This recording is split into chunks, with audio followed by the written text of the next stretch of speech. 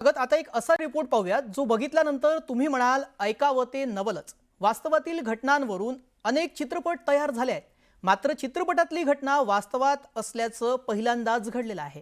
1997 मध्ये प्रदर्शित झालेल्या जुदाई चित्रपटाची रिअल स्टोरी भोपाळमध्ये घडली। पाहूयात फिल्मी स्टोरीचा हा रिअल रिपोर्ट।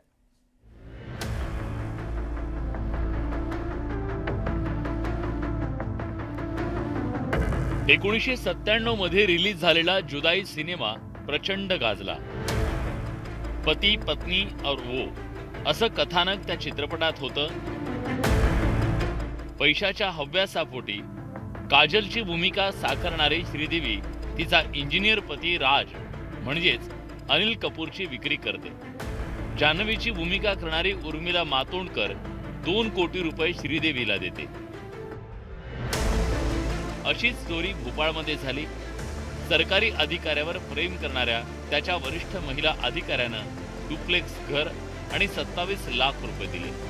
वरिष्ठ महिला अधिकाऱ्यानं अधिकाऱ्याच्या पत्नीला 1.5 कोटींची मालमत्ता देऊन घटस्फोटासाठी मदत केली। त्याआधी काय घडलं तेही बघा।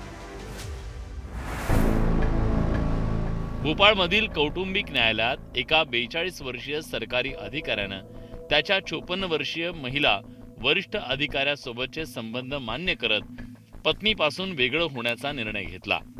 परिणामी वाद वाढल्यानंतर अधिकाऱ्याच्या मोठ्या मुलीनं न्यायालयात तक्रार केली आणि त्यानंतर खटला सुरू झाला। हिंदू विवाह कायद्यानुसार समेटाचे प्रयत्न झाले, मात्र संबंधातील दरी भरून निघाली नाही। अखेर परस्पर संमतीनं घटस्फोटाचा मार्ग स्वीकारण्यात आला। पत्नीला घर आणि 27 लाख रुपये अशी 1.5 कोटीची मालमत्ता देण्याचं मान्य करण्यात आलं। ही रक्कम दोन्ही मुलींच्या शिक्षण आणि भविष्यासाठी सुरक्षिततेच्या दृष्टीनं देण्यात येणार आहे। संबंधित अधिकारी आणि त्याची महिला वरिष्ठ अधिकारी एकाच विभागात कार्यरत होते। प्रोजेक्ट आणि बैठकी दरम्यान वाढलेल्या जवळकीतून त्यांच्यात प्रेम निर्माण झालं, मात्र कुटुंब दुरावलं। या प्रकरणात कधीही घडत नाही अशी घटना घडली। तिसऱ्या व्यक्तीनं आर्थिक जबाबदारी स्वीकारल्याचं दुर्मिळ उदाहरण इथं पाहायला मिळालं।